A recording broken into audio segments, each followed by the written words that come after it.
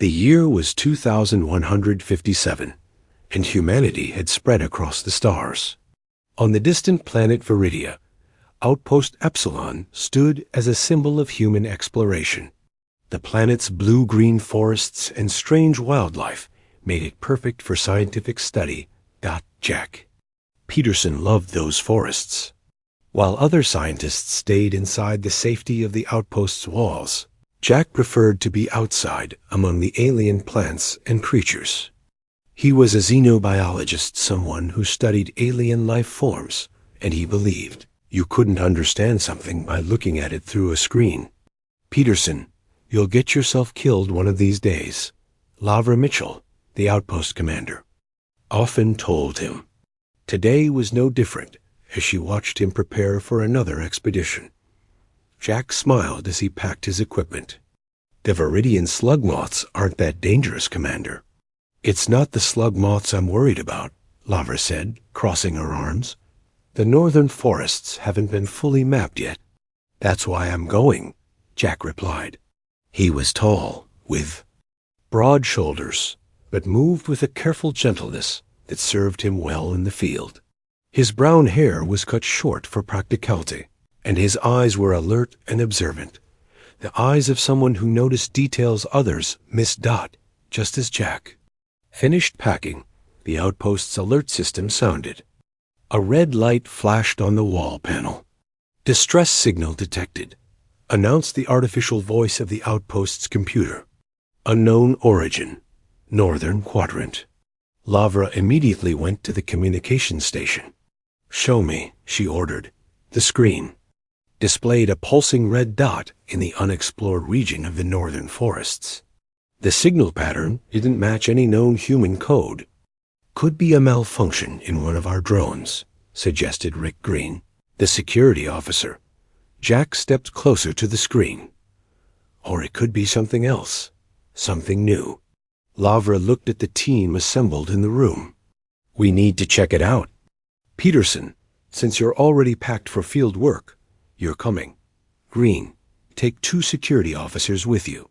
Within an hour, their small shuttle flew over the dense forest canopy. The trees below were enormous, with purple-tinged leaves that swayed in the wind. "Signal is getting stronger," Rick reported.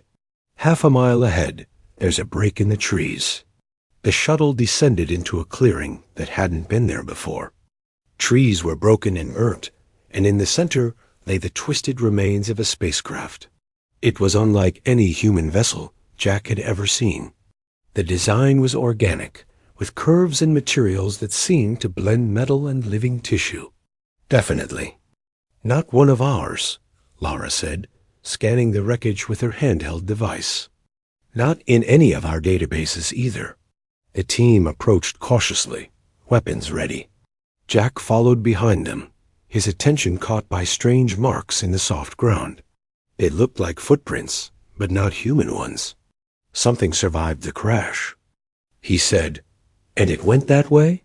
Rick nodded to his security officers, and they moved toward a dense thicket at the edge of the clearing. Suddenly, a sound came from within a cross between a growl and a musical note. The security officers raised their weapons. "Come out slowly," Rick called. The thicket rustled, and then she appeared. Jack's breath caught in his throat. She was humanoid in shape, 2 arms, 2 legs, 1 head, but clearly alien. Her skin shimmered with an iridescent blue glow that pulsed like a heartbeat. Where a human would have hair, she had something like delicate tendrils that moved on their own, sensing the air. Her eyes were large and entirely purple, with no visible pupils.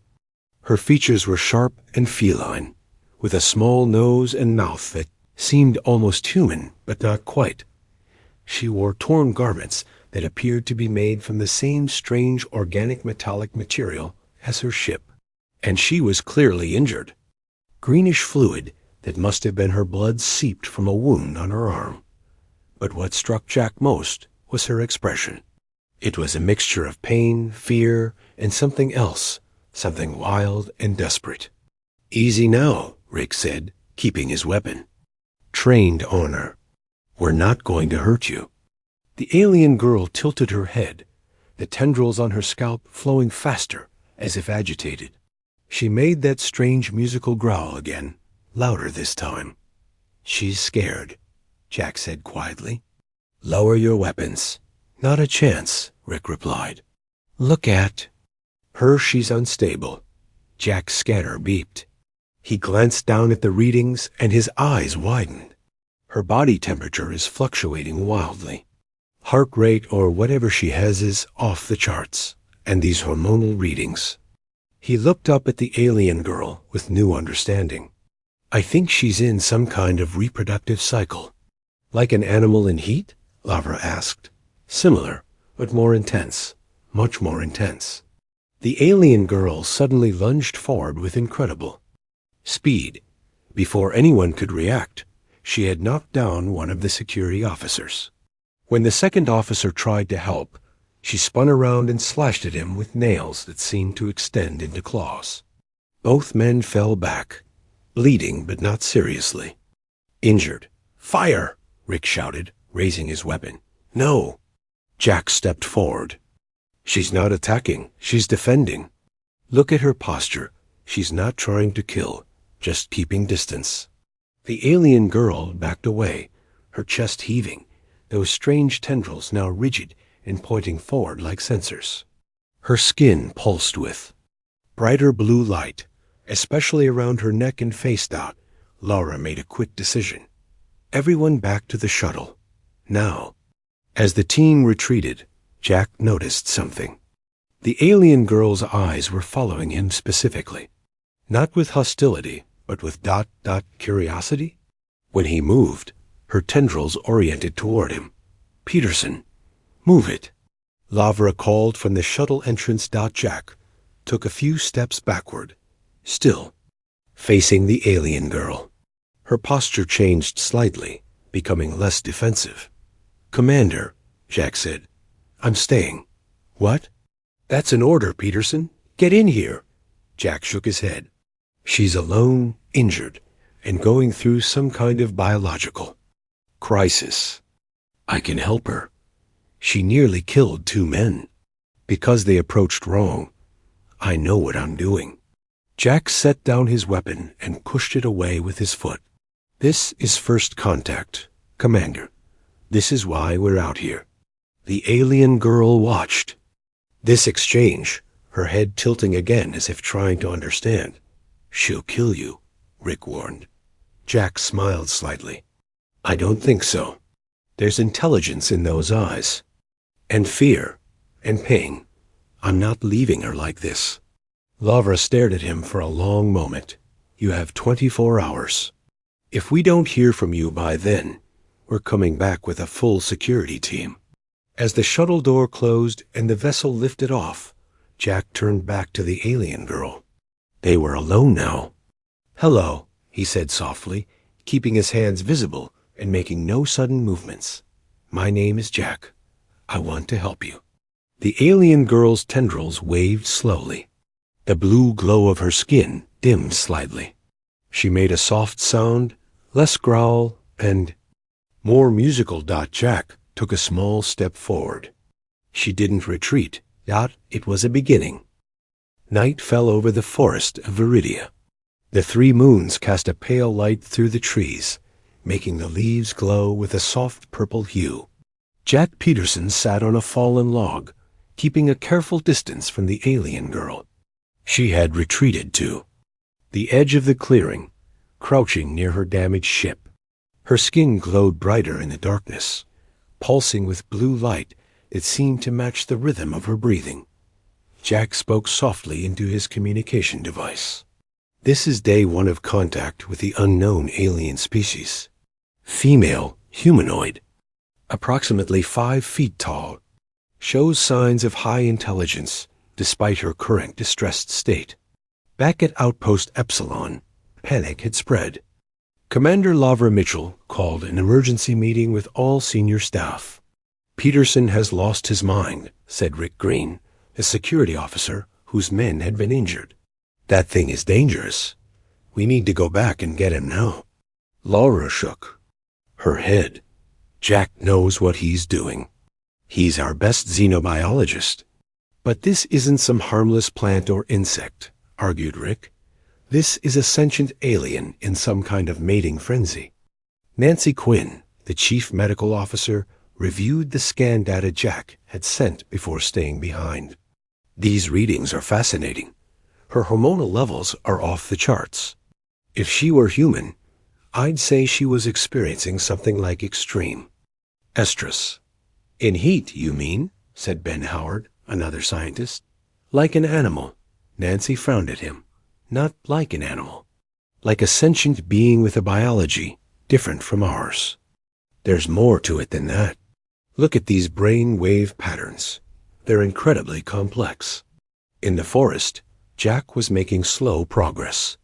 He had placed his medical kit on the ground between them and opened it to show her the contents. The alien. Girl watched with those strange purple eyes, her head tilting as she studied his movements. I want to help you, Jack said, pointing to her injured arm. You're hurt. The alien girl made a soft musical sound. Then, cautiously, she took a step forward. Her movement was graceful, despite her injury, almost like she was floating. The tendrils on her head moved constantly, sensing the air around her. Jack remained perfectly still as she approached. When she was about 10 feet away, she stopped. Her skin pulsed with a brighter blue light, especially around her face and neck. The wound on her arm dripped green fluid onto the ground. Slowly, Jack picked up a medical scanner from his kit. I need to check your injury, he said, demonstrating by scanning his own arm first. The device made a soft beeping sound. The alien girl watched this with interest. Then, to Jack's surprise, she extended her injured arm toward him. Jack smiled. Thank you for trusting me.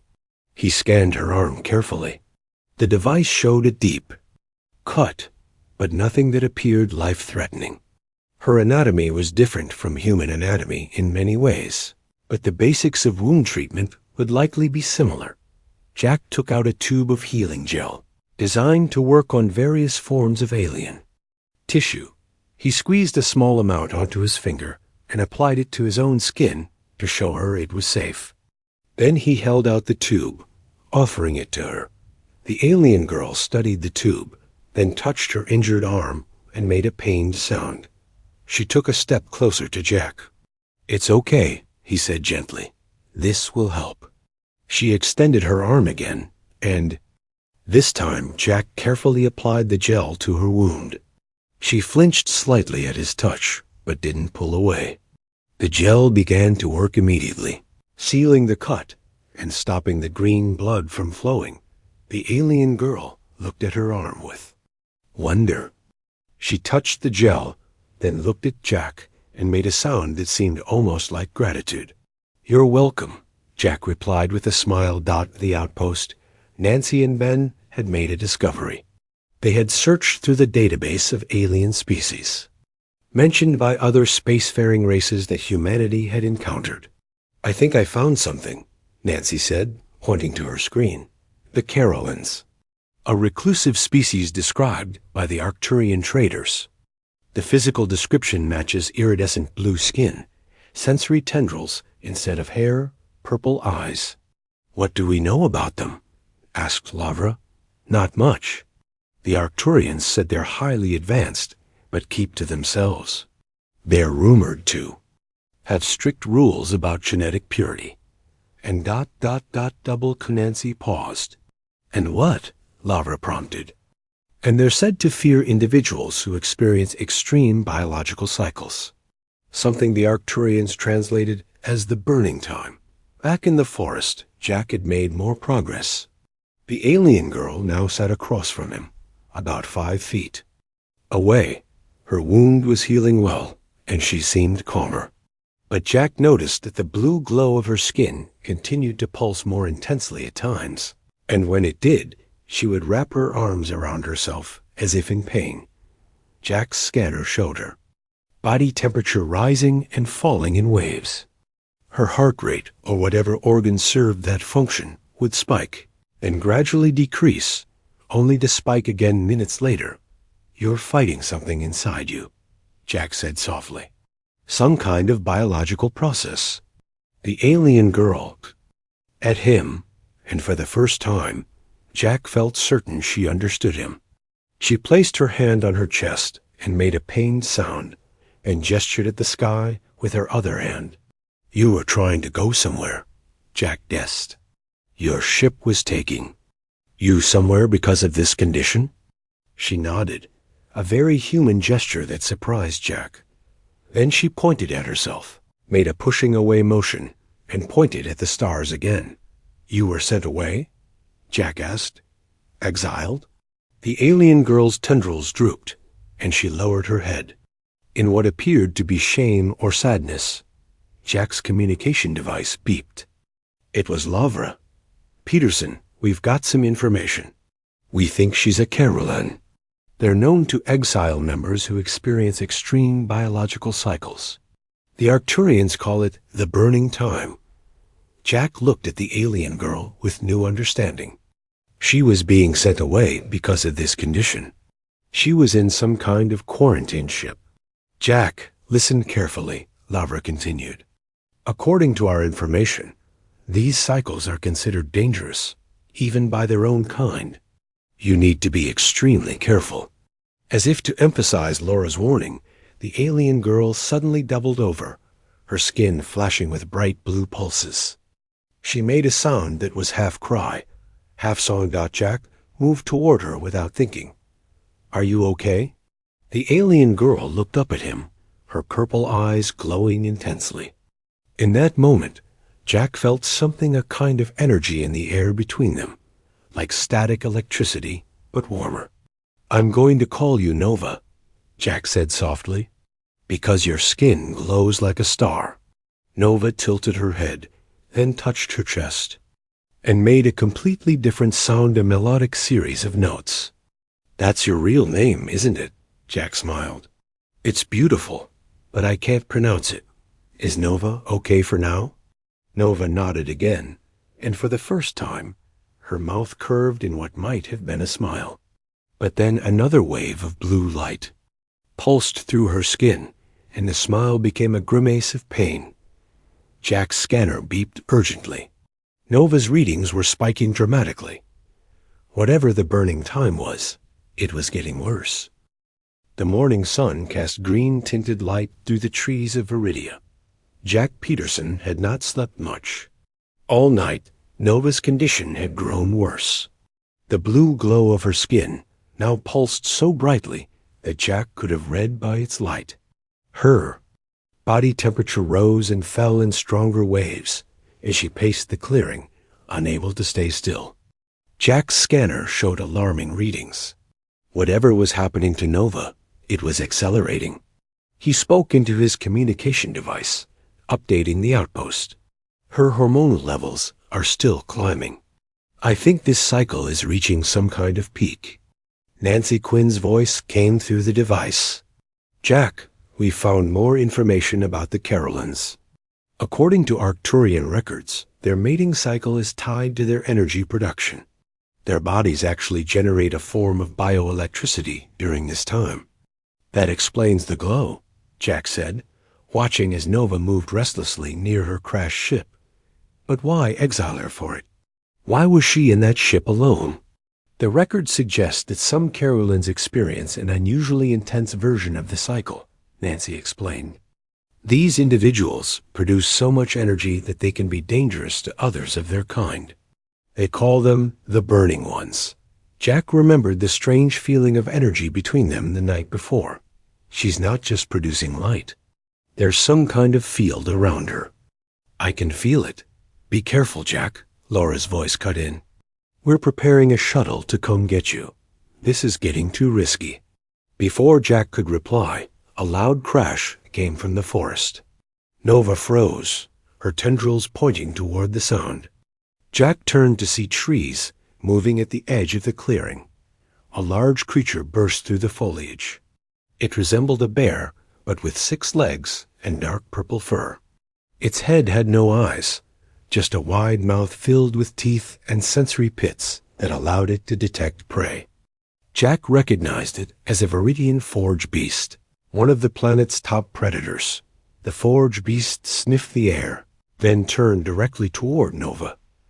Jack realized with horror that the creature was attracted to her. Her condition was drawing predators to their location.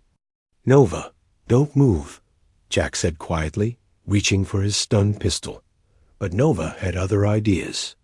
She stepped forward, her skin pulsing with the brightest blue light Jack had seen yet. She made a sound that was part growl, part musical note, a warning. The forge beast roared in response and charged. Jack fired his stun pistol, but the shot only slowed the creature for a moment. 600 pounds of angry predator continued toward them. To Jack's amazement, Nova did not run. Instead, she met the charge head-on. Moving with incredible speed, she dodged the beast's snapping jaws and slashed at it with her extended claws.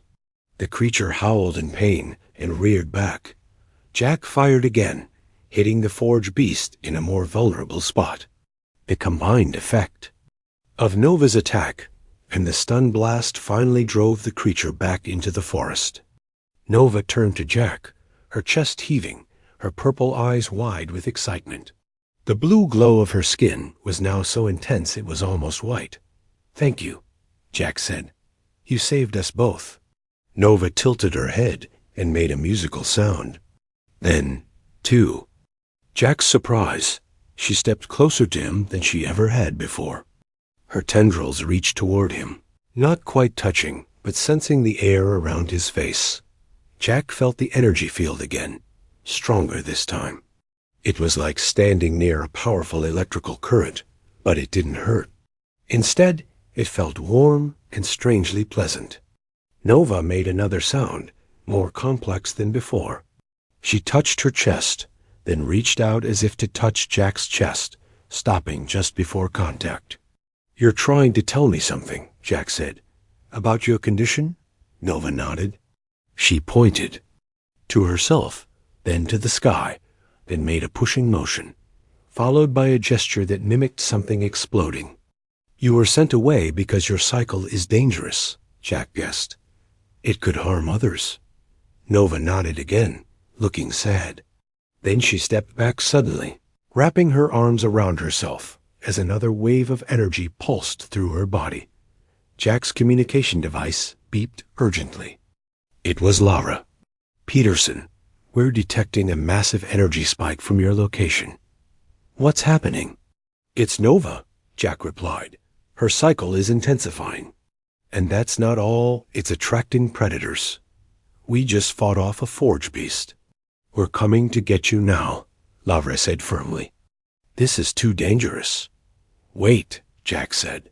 "I need to understand what's happening to her. I think she's trying to communicate something important." Back at the outpost, alarms suddenly blared. The sensors had detected a new signal, something entering Viridia's atmosphere. "Commander," called the sensor operator. "There's a ship approaching. It's not human, and it's big." Laura rushed to the command center. On the main screen, a large vessel appeared, orbiting Viridia. Its design was similar to Nova's crashed ship, but much larger and more complex. "It's Carolan," Nancy said, checking the database. "It has to be." "Are they responding to our hails?" Lara asked. "No," replied the communications officer, "but they're scanning us. And they're scanning the crash site too." Lara made a quick decision. "Get that shuttle in the air now. We need to get Peterson back before they do." In the forest clearing, Jack was trying to help Nova through another wave of her cycle. Her skin was now pulsing with light in a regular pattern, like a heartbeat growing faster and stronger. "Nova, I think your people are here," Jack said, pointing to the sky. "A ship has entered orbit." Nova looked up, and her reaction was not what Jack expected. Instead of seeming relieved, she looked terrified. She shook her head violently and grabbed Jack's arm, the first time she had actually touched him. The moment her skin contacted his, Jack felt a jolt of energy pass between them. It wasn't painful, but it was intense like touching a live wire, but somehow pleasant. Nova pulled her hand away quickly, looking shocked. She stared at her own hand, then at Jack. Jack looked at his scanner. The readings were changing. Nova's wild hormonal spikes were beginning to stabilize, though still at very high levels. "My touch affected your condition," Jack said, amazed. "How is that possible?" Before Nova could respond, the sound of a shuttle engine filled the air. The outpost rescue team had arrived. At the same moment, a beam of light shot down from the sky at the edge of the clearing. Some kind of scanning beam from the Caroline ship. Nova looked from the approaching human shuttle to the Caroline scan beam, then back to Jack. She seemed to be making a decision. With determination in her purple eyes, Nova reached out and took Jack's hand again. This time, she didn't pull away, despite the visible current of energy that flowed between them. She placed Jack's hand against her chest, over what he assumed was her heart. Then she placed her other hand on his chest. The connection between them intensified. Jack felt warmth spreading through his body, and with it came understanding, not in words, but in feelings and images.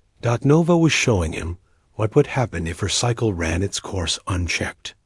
The energy would build until it erupted in a burst that could harm or kill anyone near her.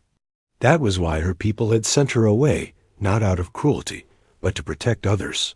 But there was something else. Something her people didn't know or didn't believe. There was another way. The shuttle landed at the edge of the clearing. Rick Green and 2 security officers rushed out, weapons ready. "Peterson, get away from her!" Rick shouted. Jack didn't move. He kept his hand on Nova's chest, feeling her heartbeat and the strange energy flowing between them. "No," he said calmly. "I know what to do now." Rick Green raised his weapon higher. "Step away from the alien now, Peterson. That's an order." Jack didn't move his hand from Nova's chest. He could feel her rapid heartbeat beneath his palm. The blue energy continued to flow between them, visible, now as tiny sparks of light where their skin touched. "Lower your weapon, Rick," Jack said calmly. "She's not dangerous to us." "Look at her," Rick shouted. "She's about to explode or something." Nova's skin was indeed glowing more intensely than ever, but Jack noticed that where he touched her, the glow was more stable, less frantic, the wild. Pulses were becoming more rhythmic, more controlled. "Commander Mitchell," Jack called out, knowing Lara would be listening through Rick's communication device. "I need you to trust me. Nova is going through a biological process that her own people fear because they don't understand it. But I think I do." Laura's voice came through the device. "Jack, the Caroline ship is hailing us. They're demanding we turn over what they call the Burning One immediately. They say she's a danger to everyone on the planet." "They're wrong," Jack replied. "Her condition can be stabilized. I can help her." Nova looked at Jack with those strange purple eyes. She made a soft musical sound and placed her free hand on his face. More energy flowed between them, and with it came images and feelings. Jack saw glimpses of Nova's world, a place of crystal cities and fields of light. He felt her fear and shame when her first cycle began, and the elders decided she must be sent away. "They've been doing this for generations," Jack said, understanding more through their connection. "Sending away anyone with her condition. They never even tried to help them." The scanning beam from the Caroline ship intensified, bathing the entire clearing in pale light. A voice boomed from above, speaking in a strange musical language. "They're saying she belongs to them," Rick translated, looking at his device. "They're giving us 1 hour to surrender her, or they'll take action against our outpost." Nova shook, her head frantically. She pointed to herself, then to Jack, then made a gesture like 2 things coming together. "I understand," Jack said to her. Then to Rick, "Tell Commander Mitchell I need to bring Nova to the outpost medical bay. Dr. Quinn needs to see this. Are you insane? Rick asked. You want to bring that walking energy bomb inside our walls? She's not a bomb, Jack insisted. She's a person suffering from a biological condition. And I believe human biology might be the key to helping her. Rick looked skeptical, but relayed the message. After a tense moment, Laura's voice came back. Bring her in, Jack. But if there's any sign of danger, we'll have to isolate her. Jack nodded to Nova and slowly stood up, keeping one hand in contact with her. Come with me. We're going to help you. Nova hesitated, looking up at the scanning beam from her people's ship.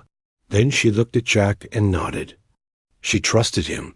Together they walked to the human shuttle, followed by Rick and his security team, who kept their distance. As they boarded, Jack noticed something remarkable. As long as he maintained physical contact with Nova, the wild energy, fluctuations in her body stabilized. Her skin still glowed brightly, but the painful spasms seemed to ease. Back at Outpost Epsilon, people stared as Jack led Nova through the corridors. Some backed away in fear, while others watched with fascination. The blue light from Nova's skin reflected off the metal walls, giving everything an otherworldly glow. Nancy Quinn was waiting for them in the medical bay. Remarkable, she said, scanning Nova with her equipment. The energy readings are off. The charts, but they're becoming more regular when you touch her. It's like her energy is synchronizing with mine, Jack explained. I think human biology is different enough from hers that it creates a dampening effect. Nancy nodded. Let me try something. She picked up a medical instrument. This measures bioelectrical fields. It might help us understand what's happening. As Nancy moved the device over the point where Jack and Nova's hands met, it began to beep rapidly. The screen showed two different energy patterns gradually aligning, becoming harmonious. It's like nothing I've ever seen, Nancy said. Your nervous systems are actually communicating with each other on an electrical level. At that moment, Laura entered the medical bay. The Carillon ship is demanding an answer. They say Nova, is that what you're calling her, is carrying a genetic mutation that makes her cycle dangerous. They insist we return her to them. For what purpose? Jack asked. To exile her again? No, Laura said grimly. They say they need to neutralize her permanently. Nova understood enough to know what this meant. She made a sad musical sound and lowered her head. They want to kill her because they don't understand her condition, Jack said angrily. We can't let that happen. Lavra looked troubled. We can't risk war with an advanced species, Jack. They have weapons trained on our outpost right now. Then, let me prove them wrong, Jack insisted. Let me show them that Nova's condition can be managed. How? Lavra asked. Jack took a deep breath. The connection between us is already stabilizing her. If we can strengthen that connection, I believe we can help her through this cycle safely. What exactly are you suggesting? Nancy asked. A more complete physical connection, Jack said. Not not mating, exactly, but a sharing of energy. A symbiosis. Lavra looked shocked. You want to... What? Hold her until this passes? Something like that, Jack said. Nova has been showing me images. In her species, the cycle involves a complete union with a compatible partner. The energy builds and is then shared and released safely. But those with her mutation produce too. Much energy for a normal Carillon to handle. It would hurt or kill their partner.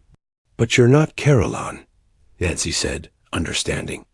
Your biology is different enough that you might be able to absorb or redirect the excess energy. Exactly, Jack said. It's risky, but I believe it will work. And if it doesn't? Lavra asked. Jack looked at Nova, who was watching him with trust. In her purple eyes, it will work. I can feel it. Laura's communication device beeped. The Carillons are getting impatient. They're threatening to send a retrieval team. Jack turned to Nova and placed both hands on her shoulders. Through their connection, he tried to convey his plan. Nova's tendrils waved as she processed his thoughts and feelings. Then, slowly, she nodded. "She understands," Jack said, "and she's willing to try." Lavra looked from Jack to Nova, and back to Jack. She saw the determination in his eyes and the trust in Nova's. "All right," she finally said, "but we'll monitor everything. At the first sign of danger to you or the outpost, we'll have to intervene." Jack nodded. "Thank you, Commander." Nancy began setting up monitoring equipment. "Whatever happens between you two, we'll record it for science. This could revolutionize our understanding of interspecies biology." As the monitors were attached to both Jack and Nova, the alien girl's condition intensified again. Her skin pulsed with bright blue light, and she made a sound of pain. "It's time," Jack said, holding out his arms to her. "Trust me, Nova." Nova stepped forward into his embrace, and the energy between them flared visibly. Everyone in the room gasped as blue light surrounded the human and the alien. The final phase of Nova's cycle had begun. The medical bay at Outpost Epsilon was filled with blue light. Jack held Nova in his arms as waves of energy flowed between them. The monitors attached to both of them beeped rapidly, showing their heartbeats slowly synchronizing. "Amazing," Nancy Quinn whispered, watching the readings. "Their nervous systems are actually linking on an electrical level." Lavra Mitchell stood nearby, her hand resting nervously on her weapon. "Is he in danger?" "His vital signs are elevated but stable," Nancy replied. "The energy seems to be flowing both ways now. It's not just from her to him anymore." Inside the circle of blue light, Jack felt warmth spreading through his entire body. It wasn't painful. It felt like standing in sunlight after a cold day. Nova's tendrils brushed against his face, sensing him, connecting with him on a level beyond physical touch.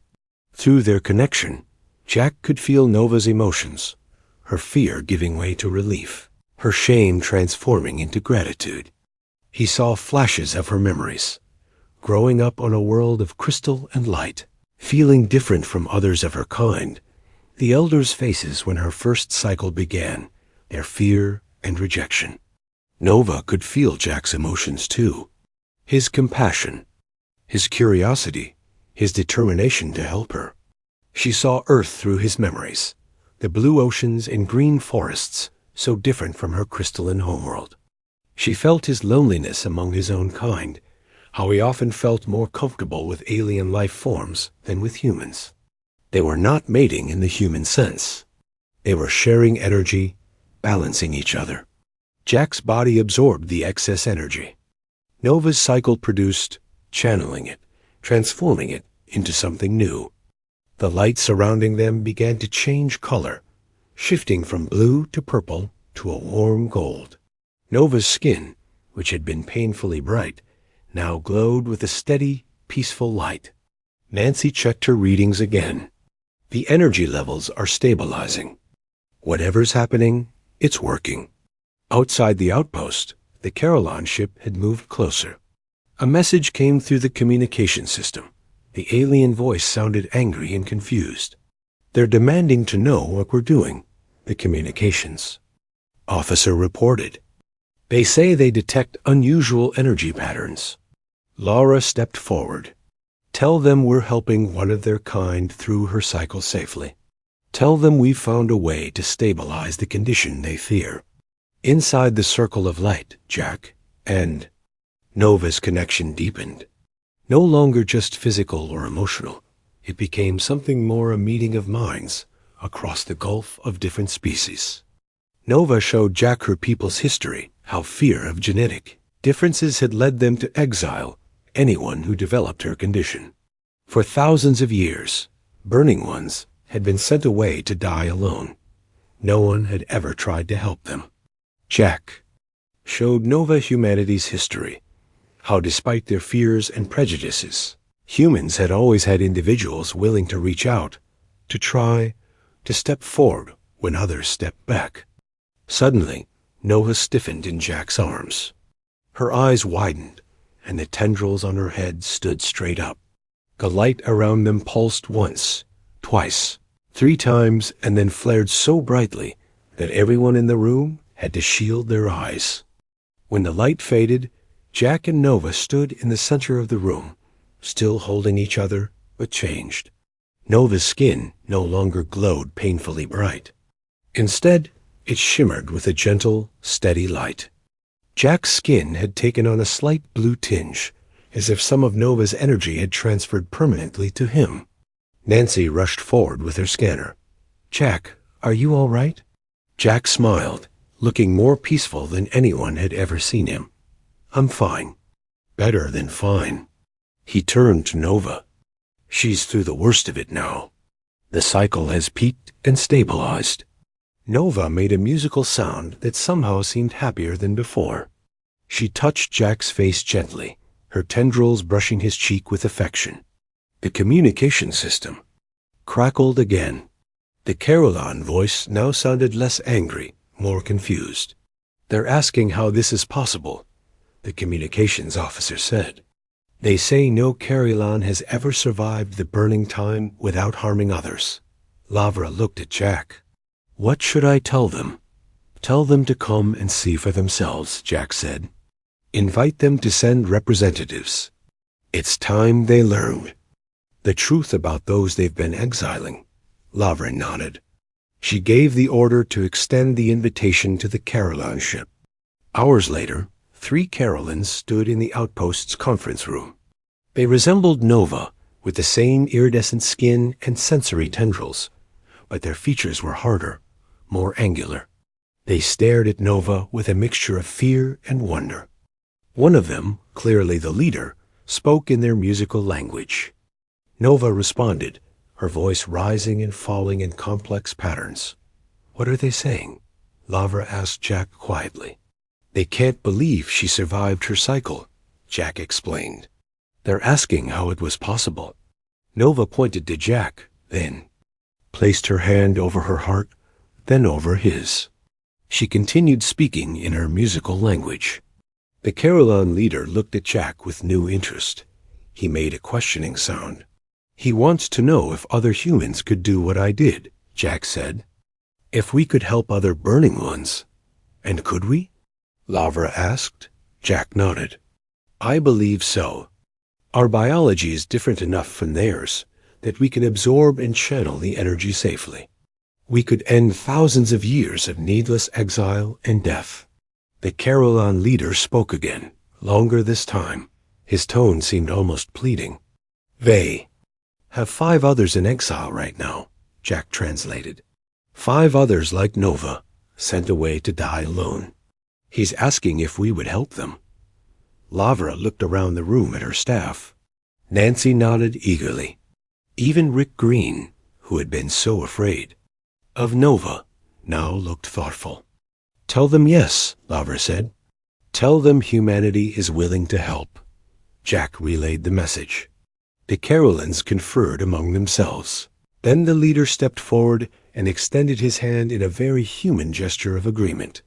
As Jack shook the alien's hand, Nova moved to his side. She no longer glowed with painful intensity. Her light was warm and steady now, like a star that had found its proper orbit. Later, as the sun set over Viridia, Jack and Nova stood looking at the stars from the outpost's observation deck. "Your people will bring the others here," Jack said. "We'll help them as I helped you." Nova made a soft musical sound and took his hand. Through their lingering connection, Jack felt her gratitude and something else, a sense of belonging she had never felt before. "You belong here now, if you want to stay," Jack said. "You could be a bridge between our species." Nova nodded. She pointed to herself, then to Jack, then swept her arm to include the entire outpost, the planet, and the stars above. Jack understood. She was saying that together they had created something new, not just a way to survive her cycle, but a new kind of connection between different worlds. Throughout the galaxy, many species feared differences. They built walls, created exiles, turned away from the unknown. But humans? Humans stepped forward. Nova smiled a very human expression on her alien face, and together they watched the stars, no longer alone.